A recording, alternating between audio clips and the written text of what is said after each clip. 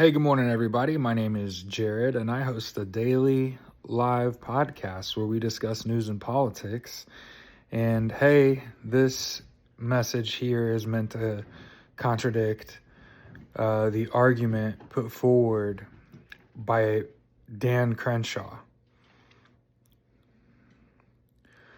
Dan Crenshaw said that the average Medicaid recipient is a single freeloader with no kids that refuses to work. I just want to contradict that by saying, actually, I worked in that industry for over 4 years. I left that industry because it is failing. The healthcare industry, the U.S. healthcare industry is failing. United Healthcare is the first. It is like the big one now, but the rest will fall. The U.S. healthcare system is failing, right?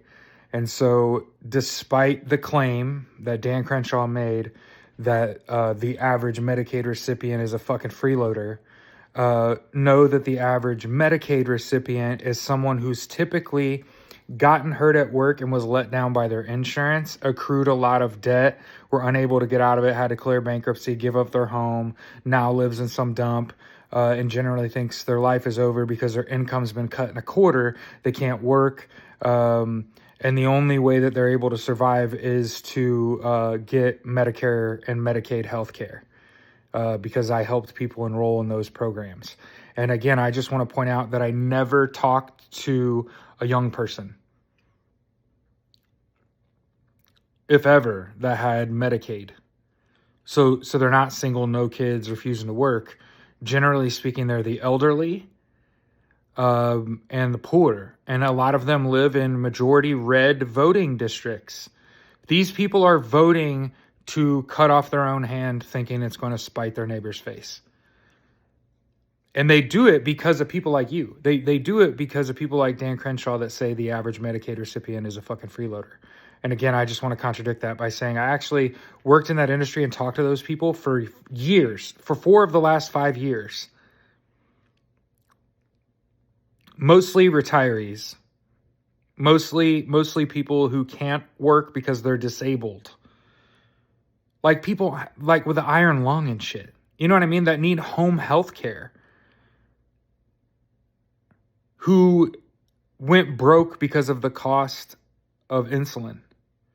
Instead of tackling those problems, those high drug prices, the failing U.S. healthcare system, they are blaming the poor person and saying they're a fucking freeloader with no kids that refuses to work. On the fucking contrary, it's the people that need home health care, that need a ride to multiple doctor's appointments a month,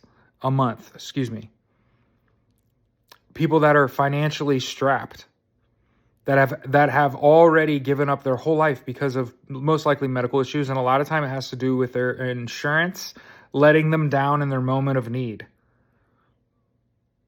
There's a reason I got out of that industry. It's because far too often the people that needed it the most got it the least when they needed it the most, right? And again, instead of saying the U.S. healthcare system is failing, we need a new healthcare system, we need universal healthcare for all, what do they say? The beatings will continue until morale improves. TikTok, motherfuckers.